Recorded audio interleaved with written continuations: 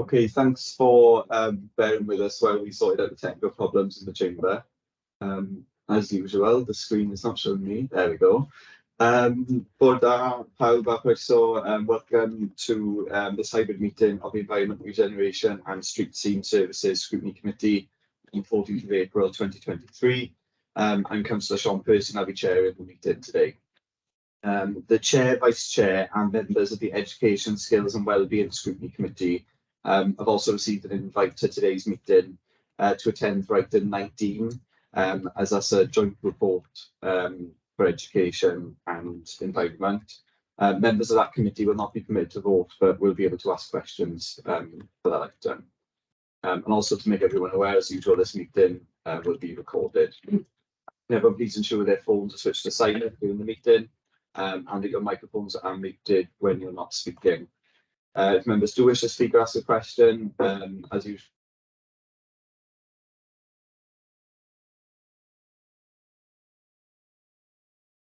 focus on the screen, and also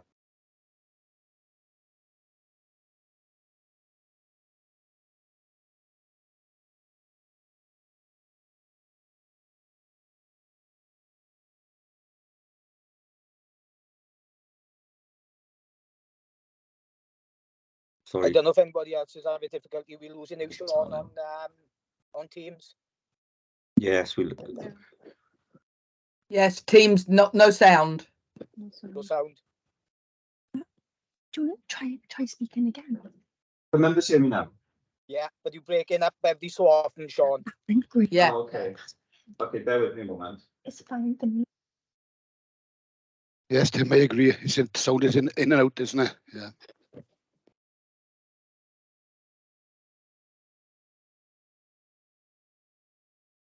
Members, No, Oh, they you can't. I got don't it think they again, can. Sean. I don't think they can hear you. are you still struggling? No, you got it Yeah. again, Sean. Bear with. Microphone.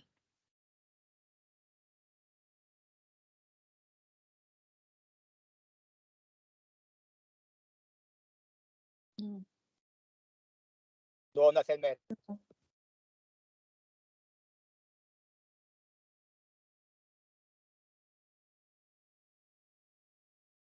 Is it supposed to be We all need to go on the course for lip reading now. on? Try it again. Sorry, Councillor Percy. Okay, is this any better? Yeah. Is that, Yeah, we okay? Yeah, that's fine. keep it on. Right, well, we'll try and progress with the agenda. If there's any further issues, just let us know. We'll see what we can do. Okay, so agenda item 2, declarations of interest. Are there any declarations of interest from members? Okay, we've got some cabinet members indicated. Thank you, Chair. Appreciate that we're observing this meeting, and I declare later in the cabinet board meeting. It's in relation to item 18. It is. Myself and Councillor Peters have a personal interest as we've been appointed by the council to the Wildfox. Thank you. Okay, thank you for that. Do we have any other declarations? Can't see any. Okay.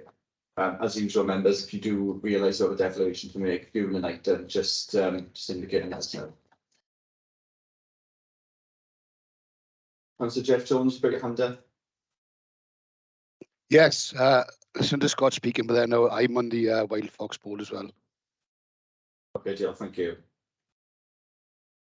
Okay, so we'll move on to agenda item 3, which is minutes of the previous meeting, which was held on the 3rd of March 2023. They're included on the agenda for approval on pages 5 to 10.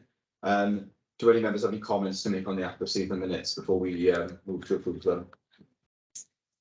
I can't see any comments. Can I have a proposal and a second on the minutes, please? I propose, Chair.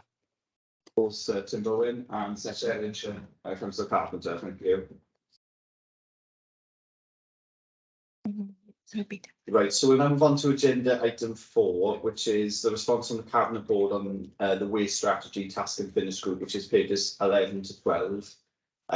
Members will be aware that we also have the final Waste Strategy report included further on in the agenda in the Cabinet Board papers today, so we're not going to do any scrutiny on this particular agenda item. but I just want to give a brief bit of background, really, just for the purposes of the recording of the minutes as to what this is about. So, obviously, members will be aware we had a one-day task and finish group to look at the waste strategy review. We produced a report which was submitted to the cabinet members for consideration. In this agenda item, we've got the letter of response from Councillor Scott Jones. So appreciate your consideration of all those matters. All of the recommendations we put forward in the task and finish group have been included within the cabinet board papers with explanations as to what has and hasn't been accepted. So we'll note this item, and when we get to agenda item 13, I believe, we can have some scrutiny on those items then. So if there are no one wants to add anything at this point, because I don't believe anyone does, then this item is just for information and noting. So we'll move on. Okay, so the next item is agenda item 5, which is the Healthy Travel Charter report on pages 13 to 22.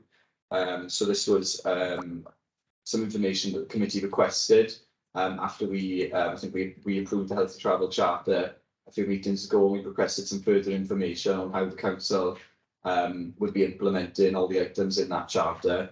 So we've been given now this extra information. Before I go to questions, do officers want to add anything to the report? Yes, Dave, please, first? Chair. Yeah. Joy, okay. Who wants to come in first? Dave's on. Dave, you're on. There we are. Okay, yeah. Thank you, Okay, Chair. good. Very pleased to bring the report back before the Scrutiny Committee this morning. You can see that we've now done a self-assessment of the authority and developed the action plan. The only thing I wanted to point out, there is an error in our report on page 30. The line but one from last refers to the burning of waste down at the MREC facility, which is incorrect. Members will be aware that we've moved to a transfer station, so we will need to just make a minor amendment to that report, but it doesn't affect the overall scoring in terms of the rating that's been given for that item. Thank you, Chair. We're happy to take questions. Okay, thank you. Joy, did you want to come in before I go to members? No, I wasn't sure if Dave could get through or not, so I sort of jumped on the top. No, that's fine. Dave's covered it off. Thank you, Councillor. Okay, no problem. I've got one indication so far in the second, which is Councillor Wayne Carpenter. Thank you, Chair. It's a very broad question. It's one thing to have an active travel charter, but where are we in progress in terms of making the roads safer for cyclists? I have some very close neighbours who are serious cyclists, and they're frightened to go on the road these days because of cars driving, pushing them off the road basically. And if we're going to get people to travel to their place of employment and to school, etc., then we have to look at the safety aspect of getting people from A to B. Thank you, Chair. Thank you, Wayne. I don't know who wants to come back on this one.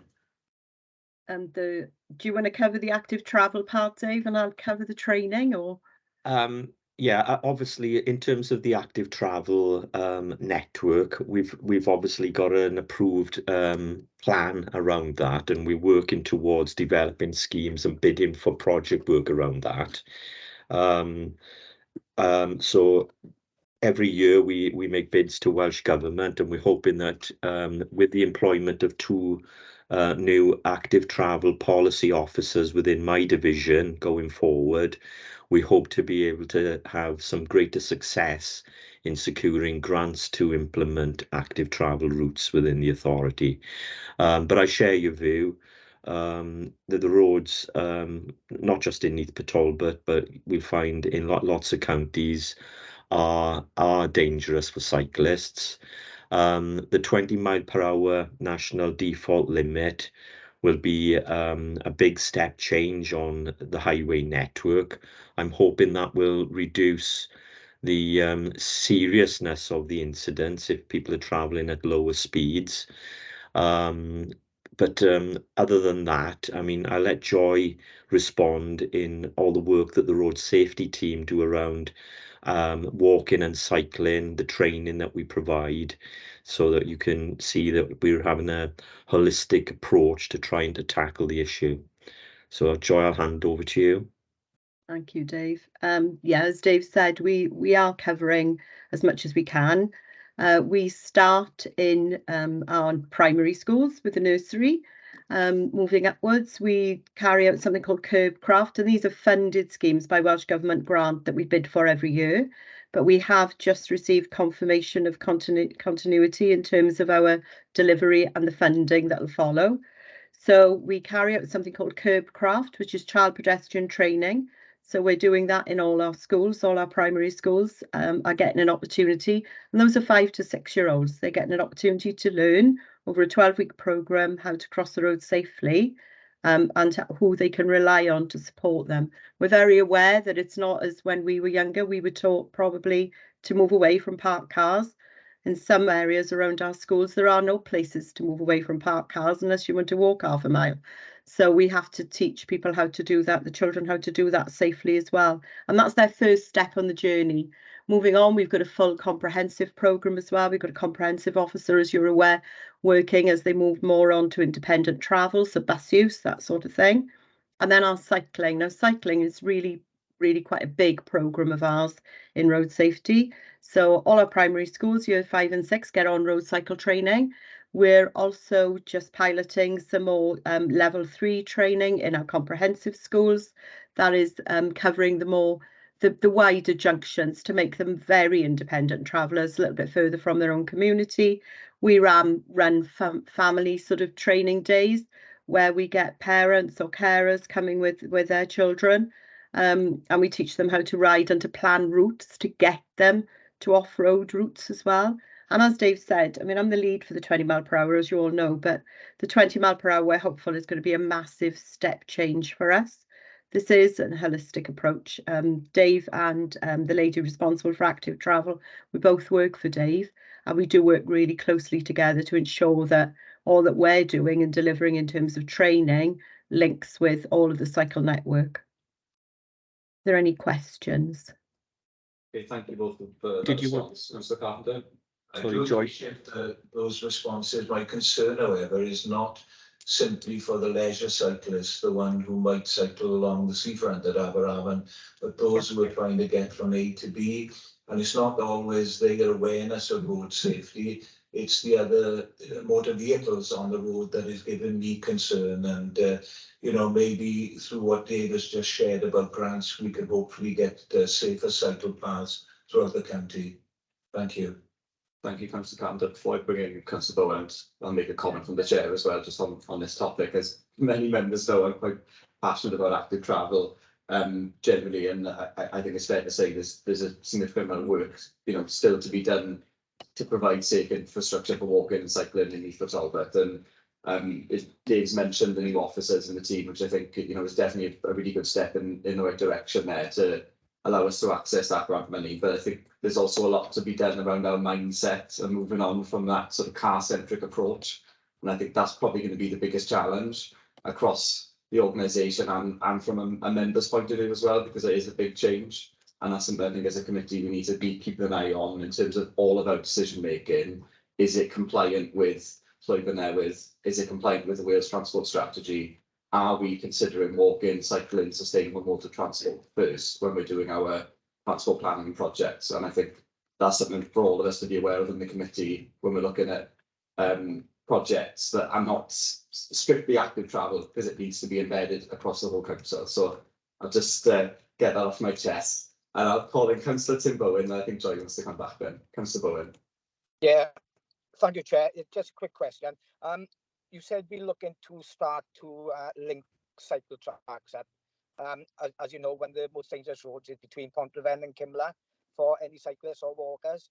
Are we looking to try and sort the road that's been out of action for a long time, the road between Pontryfen and T-Bones? Are we looking to do anything with that? Okay, perhaps can I come in on that one, Chair? Yeah, go ahead, Dave. I think that's what with Max, isn't it? Yeah, at the moment we've developed a scheme for a brand new active travel route from Neath all the way up to the Kevin Syson sports field. which is the junction that goes off to the T-Bone estate, down through the farms and round to T-Bone.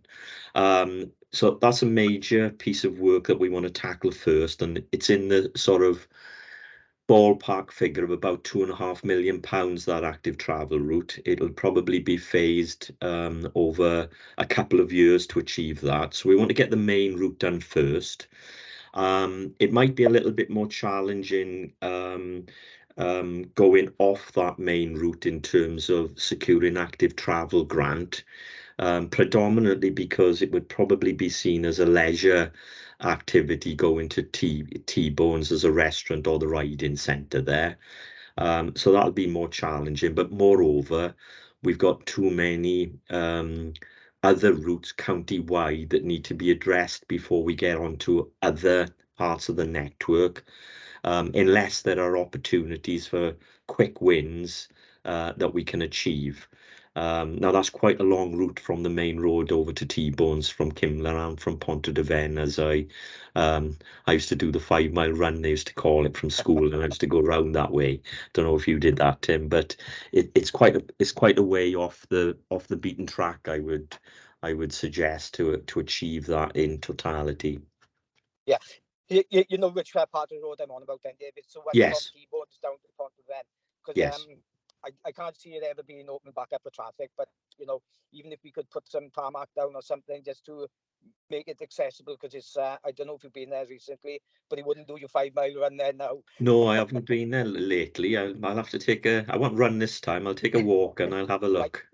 I'll take some photos and send them through to you so you can just have a look at the problem we've got there. Okay, thanks for that, Councillor Bowen, and we'll see what we can try and achieve around that. Okay, lovely. Thank you, Dave. Okay. Thank you, Chair. Were there any other comments from officers on this item before we move on? If I could just come back in, and that was only to let Councillor Carpenter know. To be fair, he did pick up on the driving sort of aspect as well. Within the team, we run Passport Cymru, which is for newly qualified drivers, and our older driver initiatives. All of our driver type initiatives all talk about other road users. So we do raise about cyclists, motorcyclists. We've got a full comprehensive motorcycle training programme. All of our areas, including our internal training, is very central around other road users and to be aware of other road users. So I do pick up on what Councillor Carpenter said there. Joy, could I just come in and say, don't you also do adult training, cycling sort of proficiency and training on EV bikes as well? Yeah, we do. We run that in our family training days. Right, So we get a lot of adults in, but yeah, I think many of our councillors have taken part in our EV training bikes. We allow people to have a little ride on those before purchasing, particularly in line with our cycle to work scheme. But you know, so I think for us it's really good in terms of we're trying to bring everything together: adults, children, families. Everybody gets an opportunity to get some awareness and training. Thank you. Okay, brilliant. Thanks for that, Joy. I can see Councillor Jones goes to that. Yeah. Yes, thank you. I'd like to just mention the other side of it, right, of cyclists, because I'm sure you well know that the A4107 is a very popular road for a link for cyclists, especially on weekends. Probably making a link with Maesteg and Bryn, and probably over the Bulk, and then either down to the Ogmore Valley or the Rhondda and the Ricos. Yeah. The amount of leisure cyclists using the A417 on a weekend is unbelievable. There's many. And when you want to talk about consideration about all drivers and whatever, I think these cyclists as well need to consider the driver, because I know law is that we got to give consideration to the cyclists, but I think they should do it as well, because when they're riding 4 abreast, you know, and maybe there's groups then of maybe, I'm going to say up to about 30 cyclists, where they are in groups in separate parts of the road. And on the A4107, there's many areas where you can't overtake. It's not safe anyway, but I just like to, just for you to be aware that that is a problem as well. Thank you. Thank you, Councillor. If I could just come back, Chair. If I'm speaking to cyclists or my team is speaking to groups of cyclists, they complain about the drivers. And when we talk to driving groups, they complain about the cyclists. But I do agree with you, Councillor, in terms of group riding. They're not supposed to ride where they take up the whole road space. I think there has been some blurring of lines with a hierarchy of road users in terms of pedestrians have more rights than a driver. And I think that is something that will sort of, sort of be petered out because that's quite new now. But yeah, the group riding is a concern, and it is something that we do tackle in our cycle training. So thank you for bringing that up. Thanks. I'll make a brief comment on this in the sense of I think we have always got to be careful not to mix up leisure riders with active travel as well in these conversations. So I think, in terms of healthy travel, people commuting to work and school is a very different user group in terms of cyclists there, and they quite often do get mixed into the same conversation. And I appreciate your comments there, Jeff. I think we have got to be careful that we don't end up penalising people who are trying to carry out active travel journeys for the sake of maybe leisure cyclists. I think ultimately everyone needs to be respectful to each other on the road, don't they, when they're using that shared space. So as I mentioned, this report is for information purposes. I think we've had a good discussion on it actually this morning. So we note the report and we move on with the agenda now. So members, I'll now move to the Cabinet agenda for pre-decision scrutiny. So as I mentioned, we're going to be looking at items 13 and 19 on the Cabinet agenda. So I'm now going to move us over to item 13, which is the Waste Strategy Action Plan, pages 145 to 228. So this report is here for decision and is in relation to the correspondence I mentioned earlier from Councillor Scott Jones and the work of the Task and Finish Group. Before I go to questions, officers, do you have anything to add to the report? Nothing from me, thanks, Chair. Sorry, Jack. Were we doing item 10? What are we doing item 10? Item 10 is a private report, so we'll deal with it at the end. So is that okay? Yeah, thanks. Yeah, no problem. So I will go to questions now on item 13. So I believe the first indication I had was Councillor Tim Bowen. Councillor Bowen. Yeah, thank you, Chair. Thank you, everybody. My first concern is on these purple bags. I know they're going to be a bit of a sticking point through most of everything we're going to talk about. But my main concern is during the summer months that, we're looking at possibility going to free weekly collections. How are people going to store these? The actual smell on them from nappies and medical things is just going to be a concern. I've seen quite a few up with us recently that's the foxes and so forth have been having a go at. So it's not very nice that the boys are expected to try and pick these up and so forth. Can we just have a bit of clarification on this? Okay, thanks, Councillor Bowen. Did officers understand the sound? I think the sound is a bit poor. Yeah, I think so. I got the gist of it. Okay. Yeah, I think one is I'm sure that is something that will come out in the consultation process about if the report is approved this morning about considering 3GP collections. But thinking ahead, if there were 3 weekly collections, there would be some resource freed up from the current refuse collection process, and the idea would be that could be diverted to beefing up the recycling collections and the napkin collections in particular. So, for example, the freed up resources could be put into making that service weekly, so you wouldn't have that situation of the 3 week collections. But we're sort of getting ahead of ourselves really on that. In terms of that, it's I'm sure something that would be looked at as part of any consultation process. Yeah, Okay. okay, no problem. If I go back to the question, and if we keep it to fortnightly collections, we've also, we've noted that for Talbot is a major area on back lanes with seagulls and so forth, and we seem to be blaming the environment and animals and everything for making a mess. But we're not looking at a lot of residents don't actually care what they put in out and the way they put it out for collection. If we have a summer like we did last year, these things are going to be unbearable for people to keep.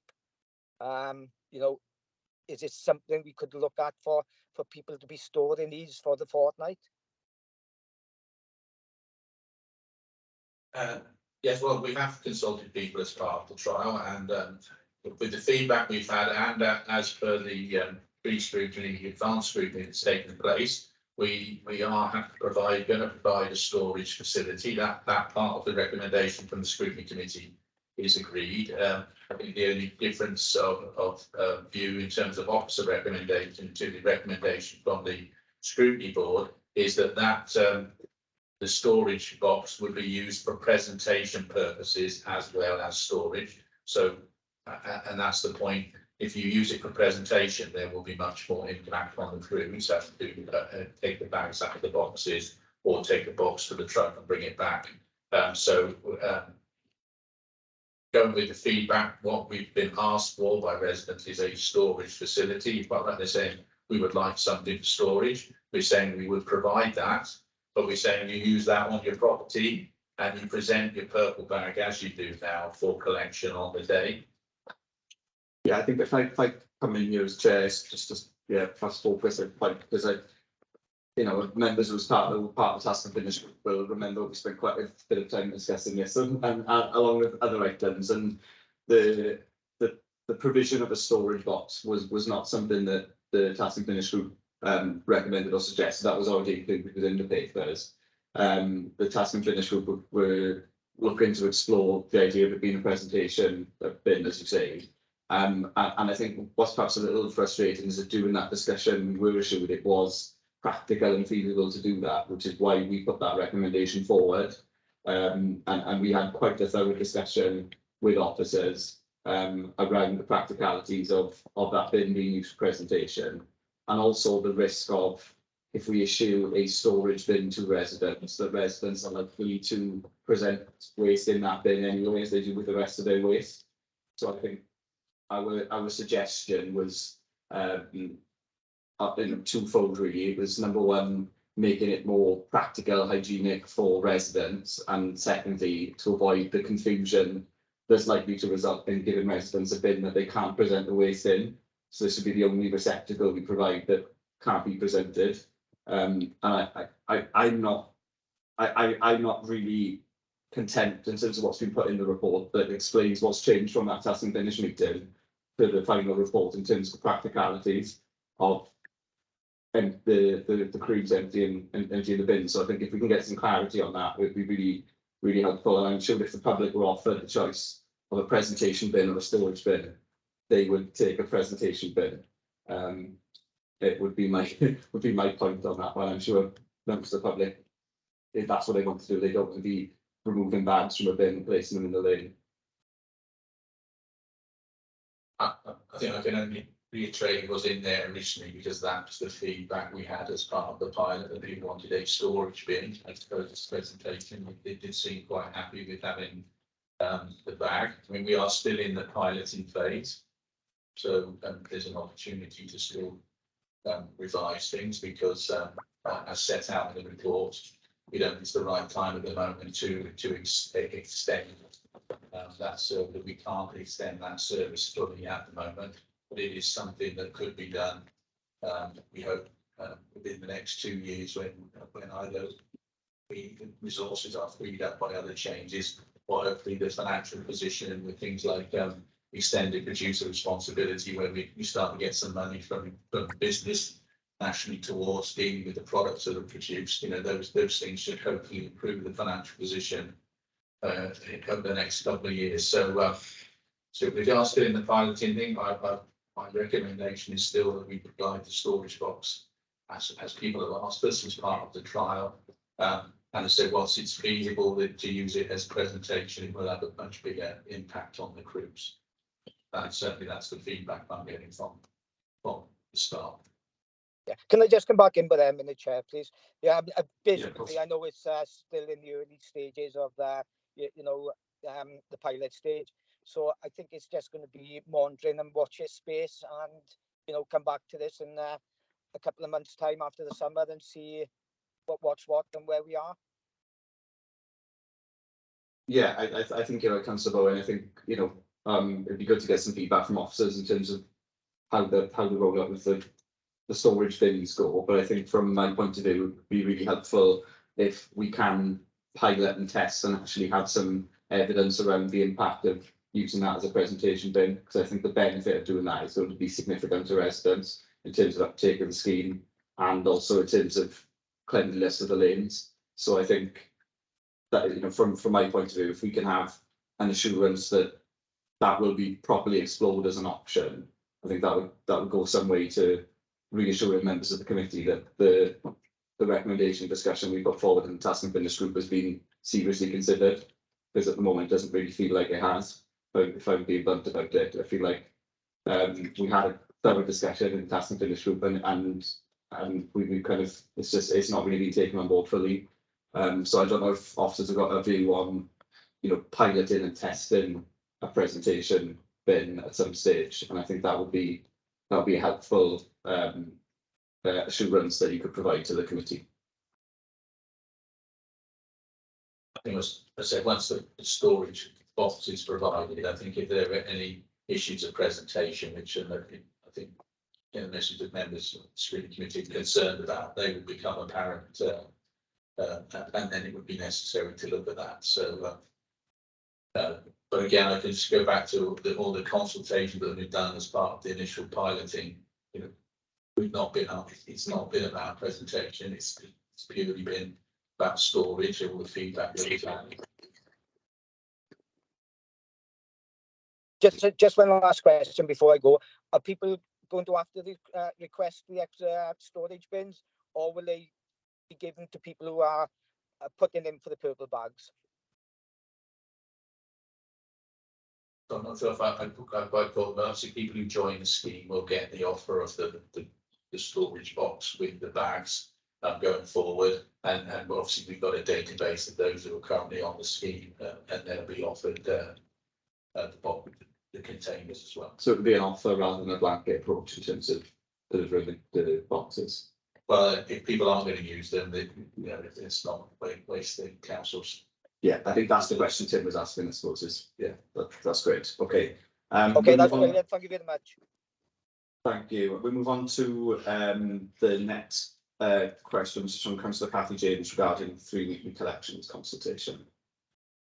Cathy. Thanks, Chair. So with regard to the consultation on moving to a 3 weekly waste collection, the task and finish group suggested that we don't undertake the consultation immediately, that it's deferred as long as possible, to avoid unnecessary consulting, and as well to make sure that residents are focused on the messages around recycling, and especially increasing the rates of food waste recycling, rather than starting to get concerned about the waste collection moving to 3 weeks. That recommendation has been rejected, so I was just looking for a bit more detail, both around why it's been rejected and what the proposed timetable is for the consultation.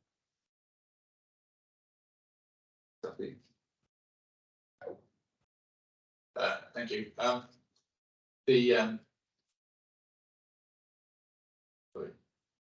So could you just repeat your question, please? I've started thinking about it. I'm so sorry. That's okay. So first of all, why can there be no delay in the consultation? And Right. Secondly, what sort of timetable are you looking at for this consultation? Yeah, sure. Sorry. Of course, we're on the statutory deadline for the 70%, exceeding the 70% target. That is the end of 24-25. And as with all things, nothing happens overnight as much as we would like them to often. And if we were to look to move to 3 weekly collections, there are a lot of things that would need to be done. Is consultation needed? We need to perhaps know what we don't know in terms of impacts on the community, in terms of being able to inform you to take that decision. So we need to do that process. There are designs for new rounds and things that would need to be looked at and done. So that will all take a considerable amount of time. And so if we want to be in a position to be able to implement free weekly collections, if we need to, then we need to start that advanced work now. That is my recommendation to you as the head of service for the waste service. And that's the main driver. In terms of the time scale, obviously there'd be some internal consultations to be done. We'd have to finalise the any documentation, talk to corporate colleagues. I think it's another item that came up about perhaps the citizens panel might also be a way to do a specific survey to do with this. Alluded to this, so I need to talk to colleagues about that. So it would be in the next 12 months, but the exact date of commencement I couldn't tell you today, Councillor. Okay, thanks for that. I appreciate the urgency and the fact that we are on a deadline for this. Given that the main concern of the Task and Finish group was around the messaging that the public are receiving, is it possible within the timetable to try and leave the element of consulting with the public as late as possible? So appreciate you need to do planning internally, talk to workers, trade unions, whatever. But perhaps if we can hold off on consulting with residents until as late as we possibly can, like we said, so we can make sure that the first thing they get in are these messages around increasing recycling and increasing food waste recycling. I think Councillor would definitely take the point about, again, not giving people too much information all in one go. So certainly look to phase the information that goes out to people. Okay, thanks. Okay, my next question is from Councillor Roslyn Davis regarding dog waste bags and dispensers. Ros? Diolch yn fawr. Yes, regarding that, what Sean has just stated, what plans have you got for wards such as mine that have no shops or any public buildings that they could be collected from? Yeah, I think you did make that point well in the advanced scrutiny process that we did as Councillor Davis. I think what we're saying is that the dispensers would be a sort of provision of last resort, because we have used them before, and the colleague James is here to consider our experience of using them in the parks, for example, where they definitely get abused and vandalised, and people will take all the bags all in one go and not leave them for others to use. So we're not saying that we're making a commitment to provision in every ward, but there would be the last resort to use dispenser. We will try everything we can to try and find essentially within like wards like yourself where we could make provision, but in a provision that is secure and probably couldn't be sort of subject to vandalism and everything. We would expect if it was just an open dispenser, they're very regular maintenance and upkeep because of the abuse of it that's likely to happen. So we will look to every ward, but as I say, dispensers would be a measure of last resort. Diolch yn fawr. Of course, perhaps they could be placed in some areas in the wards, not near every dog bin. Okay, well, we'll be talking to every member about provision in the ward anyway. So all the colleagues will be speaking to you, Councillor Davis, about your ward. Iawn, diolch yn fawr. Thank you very much.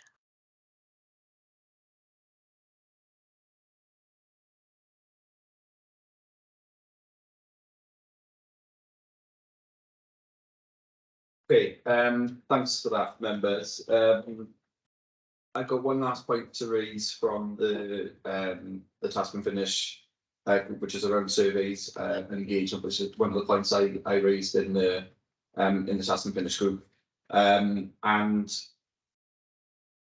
what's been included in the report at the moment is that the citizens panel sort of take up that role of engaging with the public around the waste service. I think we had a bit of a conversation in the Task and Finish group about sort of who's going to kind of own that piece of work. And I had a chat with Mike Roberts about this in terms of what the service can do, where they do have these customer touch points. And I think that's what we were trying to articulate as a group, is that, for example, if you order some bags or you request a service, that we are regularly seeking feedback from members of the public as to whether that service has been well received. So people are going to get an email or text or a follow-up. Did it go well? Were you happy? Did you receive it on time? Etc. And I think that's the thing. What I want to push really is that's beyond the citizens panel. That's direct engagement with the customers that are interacting with the service. And I just I think it's important that sort of broader piece of work is carried out, and that needs to be led by the service rather than in a sort of general sense in the citizen panel. And I just kind of want officers' thoughts on that really, as to whether they'd be keen to kind of pick up that piece of work, because I think that'd be some really useful information, not just for scrutiny, but for the service as well, in terms of performance and service delivery. Thank you. From the brief discussion we had earlier, I take the point now. I realise where we're coming from. As I think we all know, if you buy anything online from anybody, a pair of shoes or anything, you'll often get a text message afterwards saying, how was your experience with us? How did it go with the delivery? So I can certainly talk to colleagues in digital services about that, about customer contacts that come in, if people who order particular things from the council, whether the system could generate that. I think everyone will check all feedback is good feedback. I think that's the general understanding in business generally. So certainly we could talk to them about that, and if that's something the system could generate, and then people can respond or not respond. But no doubt we would learn something from it. Hopefully, some good things, as well as perhaps some things where we need to improve. Excellent, thank you for that.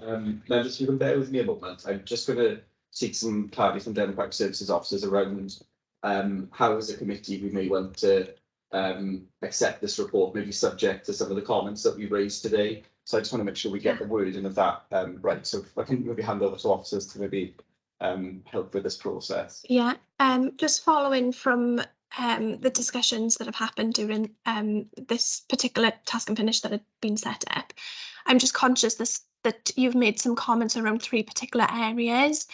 So I didn't know, depending on what you wanted to do, if you were happy to support the recommendations to cabinet board, whether you wanted to have kind of a caveat subject to the comments that you've raised for them to consider when they're making their decision today.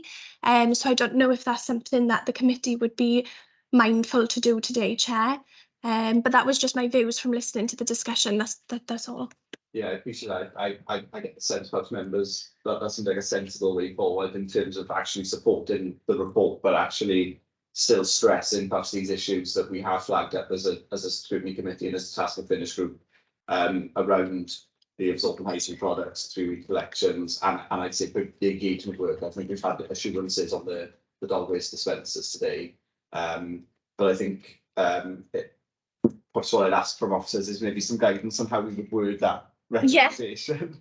If you can just, sorry, Chair, if you can just bear with me just 2 seconds while we just form a form of wording, if that's okay. Yeah, that's the problem. Can hang on for 5 minutes while we sort that out. Thank you.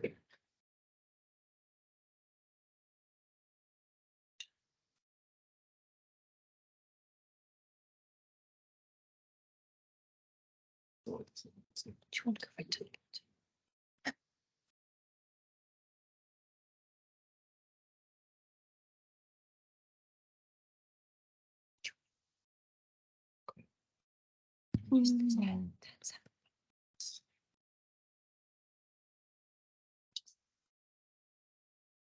So it's, so I don't know what the numbers are now. So I've just got, it's absorbent hygiene products. Yeah. 3 weekly collections.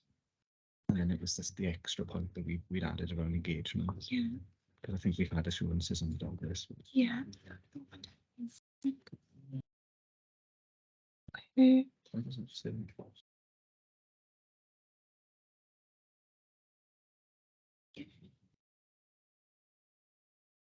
Maybe this.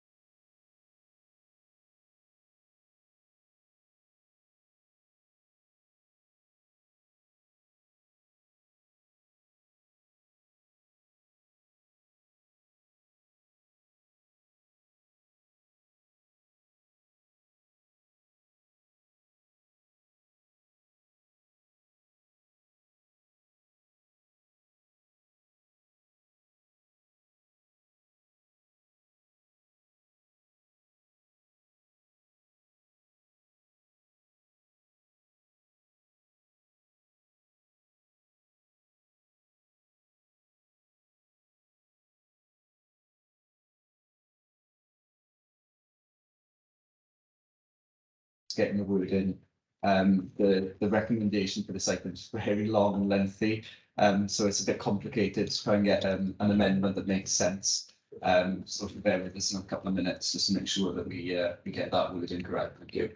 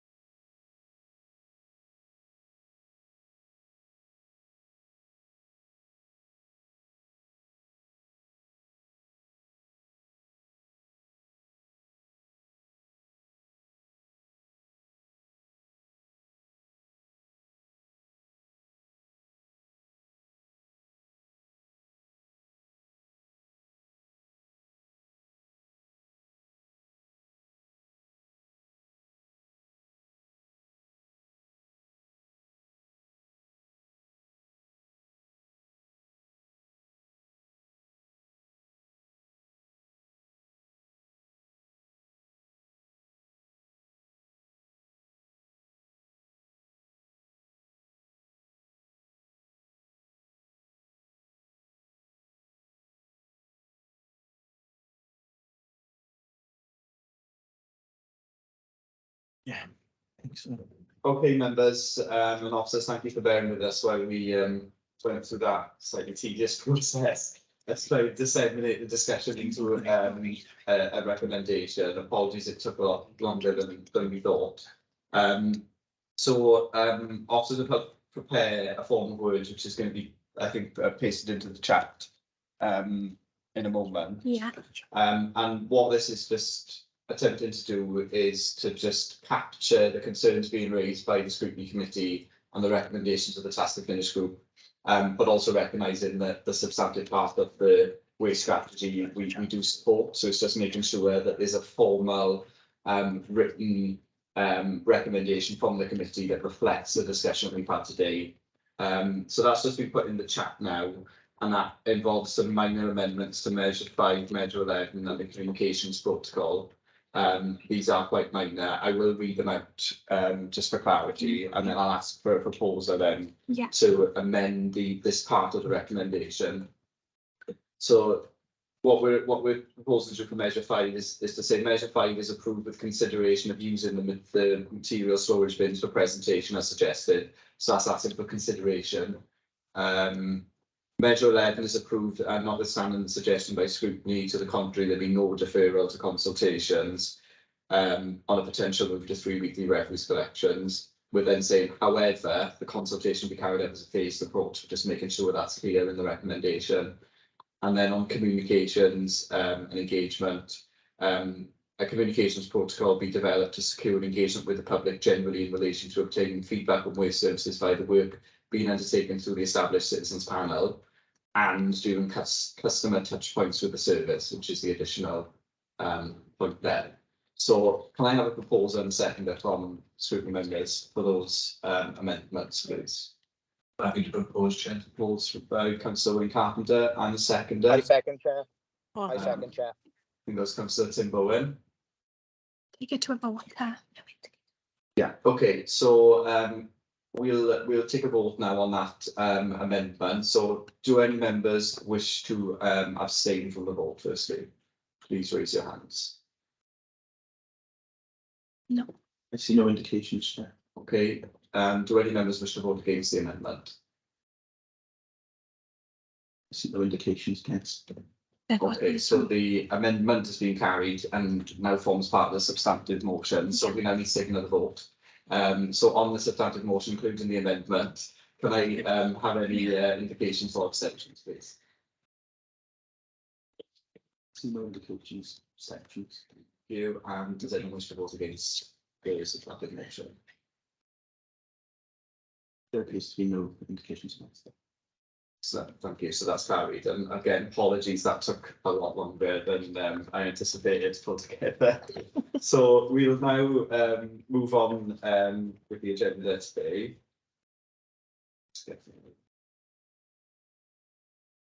So we go into private now. We've got the